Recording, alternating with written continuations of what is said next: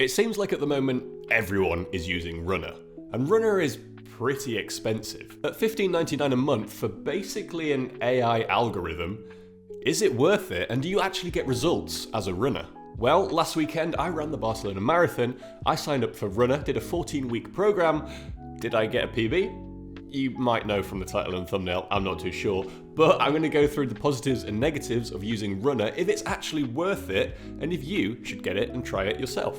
Barcelona Marathon was my third attempt at getting a sub 4 hour marathon. I'd failed twice already. First time back in 2023 in the Manchester Marathon, my first ever marathon.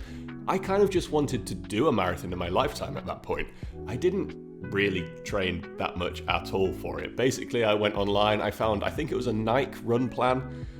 I did it for 8 weeks, and out of those 8 weeks, I think I only did 5 weeks of training because I got shin splints, I got really bad runner's knee, all the kind of things that beginner runners get when they don't know too much about running, they're not that experienced, their body's not ready to hype up the mileage, and you kind of just fall apart. The last 2 or 3 weeks before the Manchester Marathon, I was too injured to really do anything, but on the day I felt okay-ish. I ran the first half and then kind of walked the second half and got a 4 hour 23. For my first ever marathon, I was kind of just happy to get across the finish line. My second marathon was the same year, 2023. I went out to Toronto, one of my best mates lives there, he signed up, he was like, Will, do it with me and fly out. I was like, okay.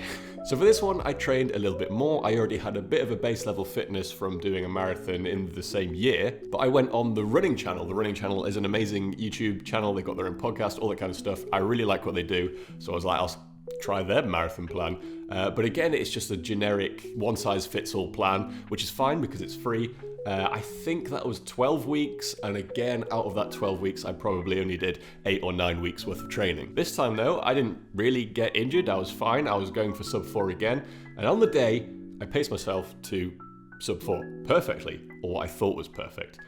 I forgot, on race days in marathons, you end up actually running a little bit more than the marathon distance that it says on your watch. So when I crossed the marathon distance on my watch, I was on 3 hours 59, which is perfect pacing, but I ended up running like 26.5 or 26.6 miles, a little bit over, so my official time was 4 hours and 48 seconds. Agonizingly close, and I stopped for a wee at one point, which is probably that 48 seconds. 2024, I didn't do a marathon, I did a couple of other races. 2025, which is the year we're in now, I signed up to Barcelona Marathon. One of my other friends signed up, and he was like, Will, do you want to do it? So I was like, yeah, sure.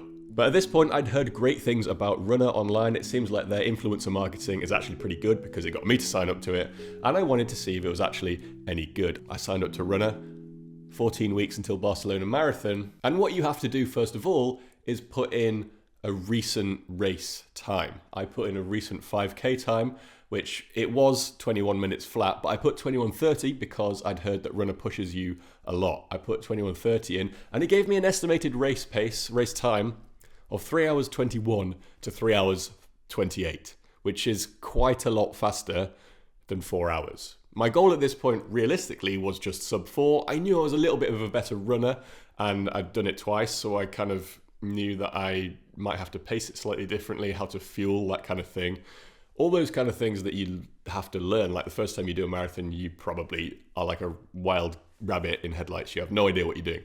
But anyway, 321 to 328, I thought that was pretty ambitious. I thought maybe I could get 345 or sub 345 as like a gold medal goal. But 320 something, honestly, I thought that would be impossible. But with friends telling me to push myself and, this app, this AI telling me that it's possible based on another race time of mine, I thought, you know what, I'm going to do the training. I'm going to try and not miss any of the runs and just see what happens. And then when you sign up on the app, you get what I don't think is a real person. I think there are pictures of real people and the coaches are real people, but the person actually messaging you is just AI or something. So it says like, Coach Steph says this on all the runs that you get to do.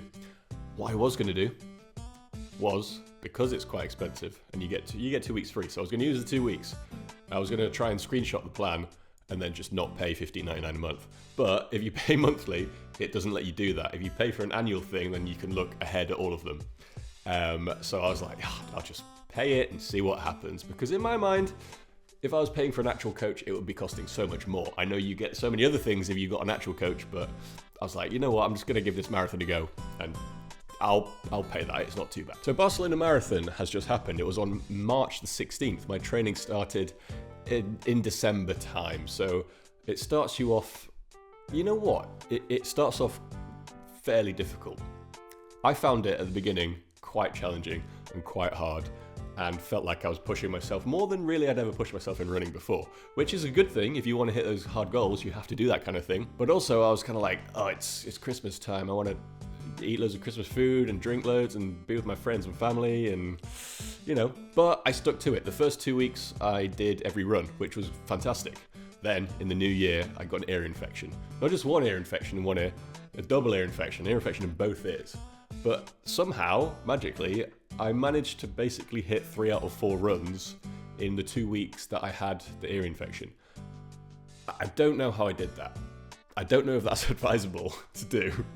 I'm not too sure. And then in January, I also climbed up Snowdon. And my legs were feeling pretty sore and battered at this point.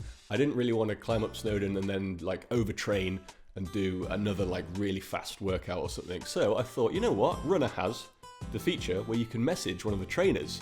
So I thought, I'll see what they say, because they're going to know what's best for me. So I messaged them, and then I climbed up Snowdon. 2 days later, I didn't have a response. Basically what I wanted to know was, can I swap this climb of Snowdon for one of my runs for this week? So I was running 4 times a week. And in my brain, I was like, if I'm going to swap it for anything, it'll be for one of the tempo runs, one of the interval runs. I want to try and keep the long run because that's fairly important in a marathon block. And eventually, I think 2 or 3 days later, someone responded to me, which is quite a long time. And by the time that they responded, I should have done a workout because I was running 4 times a week. They were like, yeah, you should probably, if you want to, skip one of the tempo or interval runs. Congratulations, by the way, I'm doing Snowdon. You should keep your long run in there because that's important. I was like, okay, that's what I thought anyway. So I guess that's possibly a negative for Runna. It took a while for the customer service to get to me in the app. But when they did respond, they were super helpful and seemed like they were knowledgeable, and it's an actual person, it wasn't just AI. But anyway, then I went through the training plan, and for 7 weeks straight, I didn't miss a run, which was incredible. I used training as kind of like a therapy to help with my mental health, but also to have a goal to work towards that was challenging, but possibly achievable, and I really enjoyed it. If it wasn't for Runna, I might not have been that accountable. I think it kept me accountable. I liked seeing the green tick whenever I completed a run. I liked seeing the green bar whenever I completed a week of training. And then finally, the time came for Barcelona. I flew out there, got myself in the hotel, got the bagels and peanut butter and jam for the morning, made sure I held all my gels. Everything was in place. All I had to do was decide what pace I wanted to run. Should I go for sub 3:30? Or should I just enjoy it and be easy? I decided to go for sub 3:30. Or, that's not true actually. I didn't once in my brain say, I'm going to get sub 3:30. In my brain I was like, I'm going to run, or try and run, at a 7:50 per mile pace, which I think comes out at 3:20 something, I can't remember, and see what happens. If I can hold it, then absolutely amazing.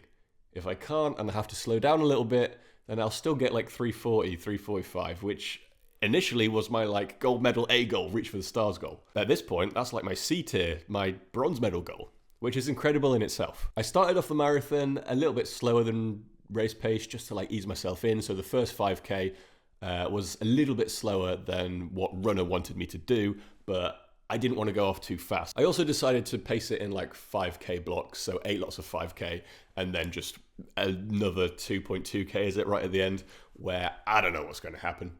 I might be dying. I might feel great. But then, pretty much every single mile after the first 5K, I hit 7:50 or under, with some miles being 7:30 or something. I kind of let myself go in a lot of the miles or a lot of the parts that were slightly downhill because I expected there to be more uphill bits maybe towards the end. On the topography graph of the course that I looked at before, it looked like the last 1 or 2K were pretty steep uphill. It turns out they weren't. There was maybe 1 or 2 bits where I was like, okay, I would class this as running up a hill. So I was like, I'll let myself go a little bit faster on the downhill bits, maybe. Just let my legs go. But it was flat / downhill most of the time, My toenails didn't like that though. Afterwards, my toenails are still sore and I've still got a massive blister.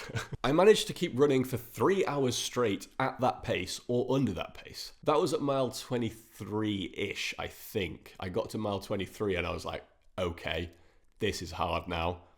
And then I think I got like a 8:10 and 8:18 mile or something. So slower than the race pace, but you know, that's still a good pace. Like I could tell I was slowing down a little bit, but then around mile 24 and a half, so with about 2 miles to go, that was hell.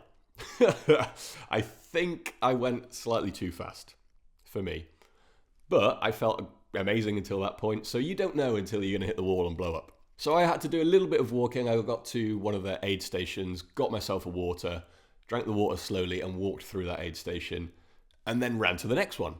Not quite at race pace. And then I did the same thing again. So I got myself a water. They actually had bananas there, so I got a little banana. Walked through the aid station. I don't know what that would have been, 45 seconds to a minute maybe slightly longer, and then ran again. But right at the end of the Barcelona Marathon, the road seemed so small and claustrophobic in a way, and people were cheering you on. So for the last, I would say, kilometre, there was no option to walk. You had to run and you had to go for it. And that showed with my time because I sped up again. The last half mile, I think I did in like 7:40 maybe pace, which is again back onto the race pace. When my calves kind of teased me, it was like, I'm going to cramp. It didn't. The end was amazing. I ran through the Arc de Triomphe with a sense of elation that people might not understand unless they've run a marathon. I started crying at the end. It was great. What a time. What a time to be alive. And because of that feeling, I'm glad I did this Runna plan. So my final time was 3 hours and 32 minutes. If I didn't stop, or I didn't stop, if I didn't walk in those 2 bits, if I didn't stop for a wee, maybe I would have got sub 3:30. But I am incredibly happy and incredibly proud of myself with the time that I got. 3:32. If I said that to myself at the beginning of the block, when I first signed up for Runna, I don't think I would have believed it. Even if the AI said I would have got 3:20 something. I've got Manchester Marathon in May in 2 months, so I think I'll probably keep paying for Runna until maybe that's over. So another 2 months, another £32. Not too bad. I want to try and go for a PB in that. In the training for this marathon, 2 weeks before the marathon, I got an accidental half marathon PB just in a training block. I went off at a slow, easy pace, and I was like, you know what? I'm feeling absolutely amazing today. I'm just going to let my legs run and not worry about pace. Try and get some marathon pace in my legs. So I tried for marathon pace, and I just kept going. And the last 2 miles were like 6-something minute miles, which is for me pretty fast. And I looked at my watch when I finished after running half marathon distance, and it said 1:40. Where did that come from? That's through all the training. I really enjoyed going to a track to train on some of the interval sessions. I quite enjoyed, which I didn't expect, to go on the treadmill at my gym for a couple of the shorter tempo sessions and some of the interval sessions. Runna has a cool feature where you can press treadmill on the workout and it tells you what pace you need to put the treadmill for each bit, which was nice. And I also quite liked that the treadmill seemed to me, I don't know if this is true or not, like slightly lower impact than if I was outside. Don't know if that helped with me not getting injured or not. And another thing that I liked about Runna was that the workouts are fairly easy and simple to follow. You can sync them to your Garmin or Coros or whatever watch that you have, and it kind of tells you what to do and tells you if you need to go faster or slower. My watch is quite old, so I can't sync it to my watch. But I just look on my phone at what I have to do, and they're pretty easy to remember. If I can't remember them, I usually have my phone on me when I'm running, so I'm just like, okay, I need to do that now. And it's super, super easy to follow. It's great. And again, it's just a thing that keeps you motivated. It keeps you accountable. And sometimes I guess that's what people need when they're training in a training block. A few cons: it is quite expensive realistically for what it is. When you look into it, it is basically just an algorithm that tells you what to do. Is that a bad thing? Probably not. Sometimes life happens as well, and you can't really tell the algorithm that life is happening. You might get ill. You might be hungover one day. You might have a family event that you need to go to. Someone that you love might need your help, and then you can't run that day. Or you want to adapt the run, so you might want to swap one of them around. Like if you have a coach to speak to about that can mentally help you. I think some people try and stay regimented and stuff. I'm quite good at that, switching it out and flopping things around. Why did my brain go there? And going with the flow, so I can do that. But sometimes if people see like, oh, on Thursday I have to do this tempo run, which means I have to do it, and if I don't do it, then the world's going to end. So if you're like that, maybe Runna might not be that useful for you. You might need a human coach. But if you do go with Runna, don't be afraid to change stuff up. If you miss a run, that's okay too. And again, the customer service, when I had a question, they were helpful and knowledgeable. It just took them a little bit of time to get back to me. Which when you're paying £16 a month, that's a little bit annoying, but it is what it is. Overall, it's up to you if you want to pay for Runna. I don't want to pay for Runna for the rest of my life, £16 a month. But if I have a goal that I want to do, if I have a big race coming up that I want to push towards, I think Runna is a great option. It worked for me. I got a 28-minute PB in the marathon. If you listen to nothing else in this video, and that's a reason why you want to get Runna, then that's all you need to know. The proof is in the pudding, but also just try it for 2 weeks, and if you don't like it, you can cancel the subscription. Anyway, I'm super happy with the time that I got in Barcelona Marathon. I had an amazing time. It's an amazing city. And thank you for watching, I guess, if you've got to this point in the video. You're a legend. This will be something for me to look back on in many, many years. I had an amazing time. I got a sick picture out of it that will probably be the thumbnail of this video. All right, thank you for watching. I'll see you in the next one.